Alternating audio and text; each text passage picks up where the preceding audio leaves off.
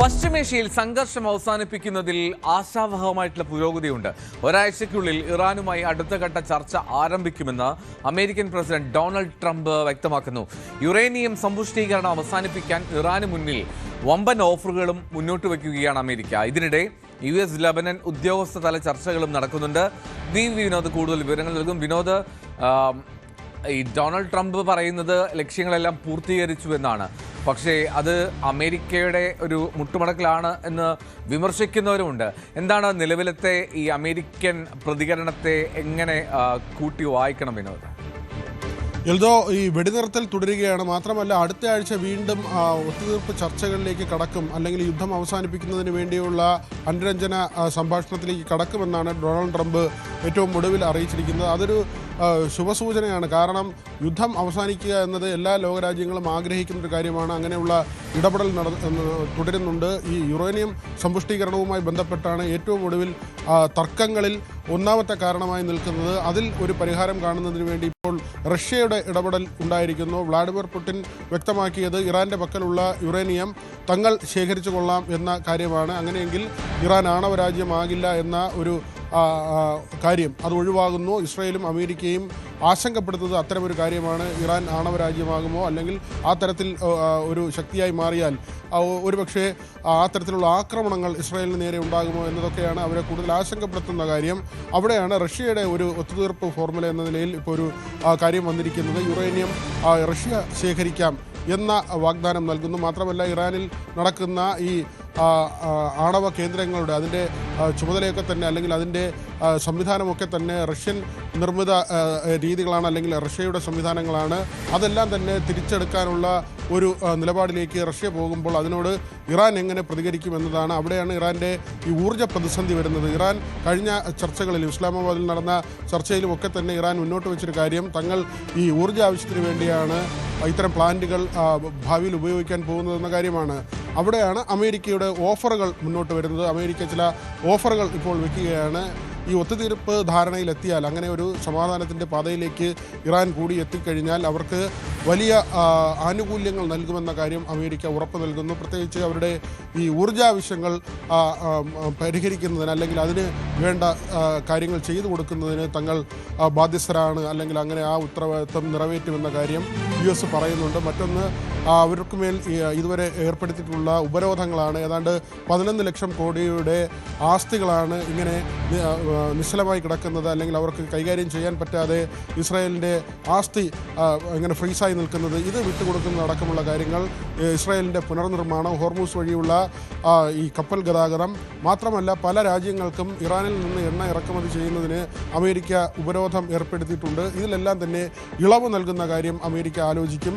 ആ തരത്തിൽ വലിയ ഒരു ഓഫർ, കാരണം ഭാവിയിൽ ഇറാന് സാമ്പത്തികമായി വലിയ തോതിൽ ഉയരാൻ കഴിയുന്ന തരത്തിലേക്ക് ഉള്ള ഒരു സാഹചര്യം ഒരുക്കാമെന്ന ഉറപ്പാണ് അമേരിക്ക മുന്നോട്ട് വയ്ക്കുന്നത്. ഇതിനോട് എങ്ങനെ ഇറാൻ പ്രതികരിക്കും എന്നത് വളരെ പ്രധാനപ്പെട്ട കാര്യമാണ്. കാരണം അറഗാച്ചി, അവരുടെ വിദേശകാര്യമന്ത്രി, ഇസ്ലാമാബാദിൽ നടന്ന ചർച്ചയിൽ ആദ്യത്തെ അദ്ദേഹത്തിൻ്റെ വാക്കായി തന്നെ പറഞ്ഞത് എങ്ങനെ നിങ്ങളെ വിശ്വസിക്കുമെന്ന ഒരു ചോദ്യമാണ്. ഇപ്പോൾ JD വാൻസിൻ്റെ ഒരു പ്രതികരണവും ഉണ്ടായിരിക്കുന്നത് അങ്ങനെ തന്നെയാണ്.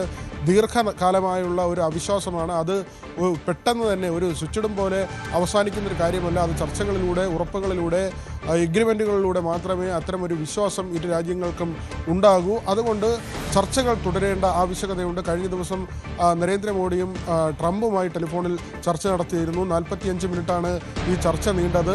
മോഡി തന്നെ ഈ കാര്യം പിന്നീട് എക്സിലൂടെ വെളിപ്പെടുത്തുകയും ചെയ്തു. അദ്ദേഹം പറഞ്ഞത് ട്രംപിനെ സംബന്ധിച്ച് ഇന്ത്യക്കാർക്ക് വളരെ ഇഷ്ടമുള്ള ഒരു നേതാവാണ്. മാത്രമല്ല ഈ യുദ്ധം അവസാനിപ്പിക്കണം, ലോകത്ത് സമാധാനം പുലരണം, മറ്റ് ഭീഷണികൾ അത് ഒഴിവാക്കുന്നതിന് ഇന്ത്യ കൂടി അമേരിക്കയ്ക്കൊപ്പം നിൽക്കും എന്ന കാര്യമൊക്കെ ഒരു ഉറപ്പായി നൽകുകയും, ആ തരത്തിൽ അമേരിക്കൻ പ്രസിഡന്റിൻ്റെ ഭാഗത്തു നിന്നും അങ്ങനെ ഒരു സംഭാഷണം തന്നെയാണ് ഉണ്ടായത്. ഇപ്പോൾ റഷ്യയുടെ ഇടപെടൽ ഉണ്ടാകുന്നു. മറ്റ് രാജ്യങ്ങൾ, യൂറോപ്യൻ രാജ്യങ്ങളൊക്കെ തന്നെ ഈ യുദ്ധം അവസാനിപ്പിക്കണമെന്ന ആവശ്യവുമായി മുന്നോട്ട് വന്നിരിക്കുകയാണ്. ഇവിടെ മറ്റൊരു തടസ്സം നിൽക്കുന്നത് ഇസ്രായേലിൻ്റെ നിലപാടാണ്. ഇസ്രായേൽ ഇതുവരെ ഈ യുദ്ധം അവസാനിപ്പിക്കുന്നതുമായി ബന്ധപ്പെട്ട കാര്യത്തിൽ അനുകൂലമായൊരു തീരുമാനമെടുത്തിട്ടില്ല എന്ന് മാത്രമല്ല, ലബനനിലേക്ക് വീണ്ടും ആക്രമണം നടത്തുകയാണ്. കഴിഞ്ഞ ദിവസവും ലബനനിലേക്ക് ആക്രമണം ഉണ്ടായി. നെതന്യാഹു ഇതുവരെ മനസ്സ് തുറന്നിട്ടില്ല. അദ്ദേഹം ഒരു തരത്തിലും ഈ യുദ്ധം അവസാനിപ്പിക്കുന്ന കാര്യങ്ങളോട് യോജിക്കുമെന്ന് കരുതുക വയ്യ. പക്ഷേ അമേരിക്കൻ ജനത ഇതിപ്പോൾ വലിയൊരു ബാധ്യത എന്ന് തന്നെയാണ് കാണുന്നത്. കാരണം ഇസ്രായേലിനെ സഹായിക്കാൻ ചാടിപ്പുറപ്പെട്ട് അമേരിക്ക വലിയ കടക്കണിയിലേക്ക് പോകുന്ന ഒരു സാഹചര്യം, അല്ലെങ്കിൽ വലിയ സാമ്പത്തിക ബാധ്യതയിലേക്ക് പോകുന്ന ഒരു സാഹചര്യമുണ്ടാകും. UN-ന്റെ ഏറ്റവും പുതിയ റിപ്പോർട്ട് വന്നിരിക്കുന്ന ഈ യുദ്ധവുമായി ബന്ധപ്പെട്ട് 2.5 ദശലക്ഷം ആളുകൾ കൊടും ദാരിദ്ര്യത്തിലേക്ക് പോകാനുള്ള സാധ്യതയുണ്ട്. ഈ യുദ്ധം തുടർന്നാൽ ലോകത്താകമാനമുള്ള ജനങ്ങളിൽ ആദ്യഘട്ടം എന്ന നിലയിൽ, അല്ലെങ്കിൽ ഈ പ്രതിസന്ധി വലിയ തോതിൽ ബാധിക്കുന്ന ആളുകൾ എന്ന നിലയിൽ ഏതാണ്ട് 2.5 ദശലക്ഷം ആളുകൾ വലിയ പട്ടിണിയിലേക്കും ദാരിദ്ര്യത്തിലേക്കും പോകാനുള്ള സാധ്യതയുണ്ടെന്ന് UN റിപ്പോർട്ട് വരുന്നു.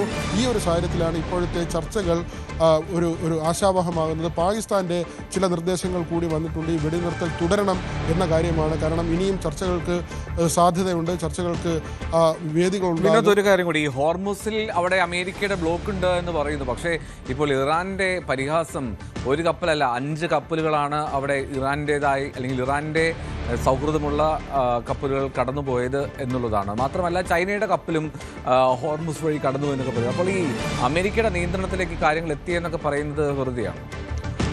എൽദോ, ഇതിൽ ഇപ്പോൾ ഇന്ത്യയുടെ കാര്യമെടുക്കാം. ഇന്ത്യയുടെ കപ്പലുകൾ വന്നാൽ തടയില്ലെന്ന് ഇറാനും അമേരിക്കയും ഒരുപോലെ വ്യക്തമാക്കുന്നുണ്ട്. കാരണം ഇന്ത്യയുമായി ഇരു രാജ്യങ്ങളും സൗഹൃദത്തിലാണ്. അതുപോലെ തന്നെയാണ് പാകിസ്ഥാൻ്റെ കാര്യത്തിൽ, മറ്റ് പല രാജ്യങ്ങളുടെയും കാര്യത്തിൽ. ചൈനയുടെ കാര്യത്തിൽ മാത്രമാണ് വ്യത്യസ്തമായൊരു നിലയുള്ളത്. കഴിഞ്ഞ ദിവസം ചൈനയുടെ ഒരു കപ്പൽ ഹോർമുസ് കടന്നു പോയിരുന്നു. പിന്നീട് 2 കപ്പലുകളെ തടയുന്ന സാഹചര്യമുണ്ടായി. അതിന് പിന്നാലെ ചൈനയുടെ ഒരു വിശദീകരണം കൂടി വന്നിരുന്നു. ഇത് നിരുത്തരവാദപരമായ ഒരു സമീപനമാണ്, അപകടകരമായ സമീപനമാണ് ഉണ്ടാകുന്നത്. അത് അമേരിക്കയ്ക്ക് നേരെയുള്ള ഒരു മുന്നറിയിപ്പാണ്. അമേരിക്കൻ സേനയാണ് ചൈനീസ് കപ്പലുകളെ തടഞ്ഞത്, അവിടെ ഒരു ഉപരോധം തീർത്തത്. അതുകൊണ്ട് തന്നെ അമേരിക്കയ്ക്കെതിരെ ചൈന രംഗത്ത് വരുന്നൊരു സാഹചര്യം ഉണ്ടായിരുന്നു. പക്ഷെ അതെല്ലാം തന്നെ താൽക്കാലികമാണ്. ഇതെല്ലാം ചർച്ചകളിലൂടെ പരിഹരിക്കാൻ കഴിയുമെന്നാണ് പ്രതീക്ഷിക്കുന്നത്. പക്ഷേ നമുക്കറിയാം, മുൻപ് അങ്ങനെ ആയിരുന്നില്ല. ഇപ്പോൾ ഒമാൻ്റെ മധ്യസ്ഥതയിൽ ആദ്യം ഒരു ചർച്ച നടന്ന് ആ ചർച്ചകൾ ഏതാണ്ട് ഫലപ്രദമെന്ന് ഒമാൻ വാർത്താക്കുറിപ്പ് ഇറക്കിയതിന് തൊട്ട് പിന്നാലെയാണ് ഇസ്രായേൽ ഇറാനിലേക്ക് ആക്രമണം നടത്തുന്നത്. അതിന് തൊട്ട് പിന്നാലെ ഖമനേയി ഉൾപ്പെടെ പ്രധാനപ്പെട്ട നേതാക്കളെല്ലാം കൊല്ലപ്പെടുന്നു. ലോകത്തെ ഞെട്ടിച്ച ഒരു സംഭവമാണ്. കാരണം ഒരു വശത്ത് മധ്യസ്ഥ ചർച്ച നടത്തുകയും അതിൽ പലവിധ ഒത്തുതീർപ്പുകളിലേക്ക്, അല്ലെങ്കിൽ ഈ സംഘർഷത്തിലേക്ക് പോകില്ല എന്ന ഒരു ധാരണയിലെത്തുകയും അതിനുശേഷം നിമിഷങ്ങൾക്കകം ആക്രമണം ആരംഭിക്കുകയും അവരുടെ പ്രധാനപ്പെട്ട നേതാക്കളെല്ലാം തന്നെ കൊന്നൊടുക്കുകയും ചെയ്ത ഒരു സാഹചര്യമാണ് ഉള്ളത്. അതുകൊണ്ട് തന്നെയാണ് അരകാച്ചിയുടെ വാക്കുകൾ പ്രസക്തമാകുന്നത്. നിങ്ങളെ എങ്ങനെ വിശ്വസിക്കും, ഏതടിസ്ഥാനത്തിൽ വിശ്വസിക്കുമെന്ന് ഇറാൻ്റെ വിദേശകാര്യമന്ത്രി ചോദിക്കുന്നതും അതുകൊണ്ട് തന്നെയാണ്. അവിടെ JD വാൻസ് കുറച്ചുകൂടി പക്വതയുള്ള ഒരു നിലപാടാണ് സ്വീകരിക്കുന്നത്. ട്രംപിനേക്കാൾ കുറച്ചുകൂടി ഒരു ഉയർന്ന തലത്തിൽ വാൻസ് പ്രതികരിക്കുന്നു എന്നത് നമ്മൾ ഇവിടെ ശ്രദ്ധേയമായി കാണേണ്ട ഒരു കാര്യമാണ്. അദ്ദേഹം പറഞ്ഞത് ഇത് പൊടുന്നനെ തീരുന്നൊരു കാര്യമല്ല, അവിശ്വാസമുണ്ട്, ഇരു രാജ്യങ്ങൾക്കിടയിലും അവിശ്വാസം നിലനിൽക്കുന്നുണ്ട്. അതുകൊണ്ട് തന്നെ ഇത് ചർച്ചകളിലൂടെ പരിഹരിക്കപ്പെടേണ്ട കാര്യമാണ്. ഈ ധാരണകൾ ഒരു തീരത്തെത്തിക്കഴിഞ്ഞാൽ ഈ പ്രശ്നം പരിഹരിക്കും, യുദ്ധം ഒഴിവാകുന്ന നിലയുണ്ടാകും. ട്രംപിൻ്റെ മറ്റൊരു പ്രസ്താവന കൂടി വന്നിട്ടുണ്ട്. അമേരിക്ക എന്താണോ ലക്ഷ്യം വെച്ചത് അത് പൂർത്തിയാക്കിയിരിക്കുന്നു എന്നൊരു പ്രസ്താവനയാണ്. പക്ഷേ അത് അദ്ദേഹം ഇടയ്ക്കിടയ്ക്ക് പറയാറുള്ളതാണ്. പിന്നീട് അദ്ദേഹം ഈ സംഘർഷത്തിലേക്ക് പോവുകയും ചെയ്യും. പക്ഷേ ഇപ്പോൾ ഏറ്റവും ഒടുവിലായും ട്രംപ് പറഞ്ഞിരിക്കുന്നു അവർ ലക്ഷ്യപ്രാപ്തിയിലേക്ക് എത്തി എന്ന കാര്യം. അങ്ങനെ ഒരു ആത്മവിശ്വാസം പ്രകടിപ്പിക്കുകയാണെങ്കിൽ പിന്നെ എന്തിന് യുദ്ധത്തിലേക്ക് പോകണം എന്നൊരു ചോദ്യമാണ് അവശേഷിക്കുന്നത്. അതേസമയം അമേരിക്കയിലെ ചില സാമ്പത്തിക സ്ഥാപനങ്ങൾ നടത്തിയ പരിശോധനയുണ്ട്, അവരുടെ സർവേ ഉണ്ട്. അതിലൊക്കെ തന്നെ ട്രംപുമായി ബന്ധപ്പെട്ടവരുടെ ആസ്തി വലിയ തോതിൽ കുതിച്ചുയർന്നു എന്നത് കണ്ടെത്തിയിട്ടുണ്ട്. ഈ യുദ്ധ സമയത്തൊക്കെ തന്നെ വലിയ തോതിൽ അവരുടെ ആസ്തി ഉയരുന്ന ഒരു സാഹചര്യമുണ്ട്. ഈ ആയുധ ഇടപാടുമായി ബന്ധപ്പെട്ടൊക്കെ ട്രംപിൻ്റെ മകനടക്കമുള്ള വ്യക്തികൾക്ക് വലിയ നിർണായക സ്വാധീനമുണ്ട്, അല്ലെങ്കിൽ അവർ ആ ബിസിനസ്സുമായി ബന്ധപ്പെട്ടൊക്കെ ചേർന്ന് നിൽക്കുന്നുണ്ട്. നമുക്കറിയാം ട്രംപിനും ആ തരത്തിലുള്ള ആയുധ വ്യാപാരവുമായി ബന്ധപ്പെട്ടൊക്കെ പ്രവർത്തിച്ചിരുന്ന ആൾ തന്നെയാണ് അദ്ദേഹം. ഒരു വലിയ ഈ വ്യവസായവുമായി ബന്ധപ്പെട്ട് പ്രവർത്തിച്ച ആളാണ്.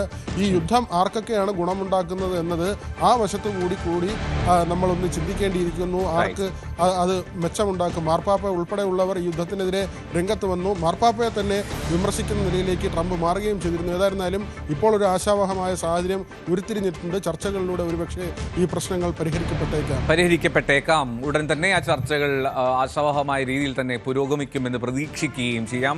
വി വിനോദാണ് വിവരങ്ങൾ നൽകിയത്. എന്തായാലും ഇസ്ലാമാബാദിലേക്ക് തന്നെ വീണ്ടും അമേരിക്കൻ സംഘം എത്തുമെന്നാണ് കരുതേണ്ടത്. പക്ഷേ ഇതിനിടയിലും American vice president JD Vance പറഞ്ഞത് ഒറ്റ രാത്രി കൊണ്ട് അവസാനിപ്പിക്കാൻ കഴിയുന്നതല്ല എന്നുള്ളതാണ് കേട്ടോ. എന്തായാലും നമുക്ക് പ്രതീക്ഷയോടെ കാത്തിരിക്കാം.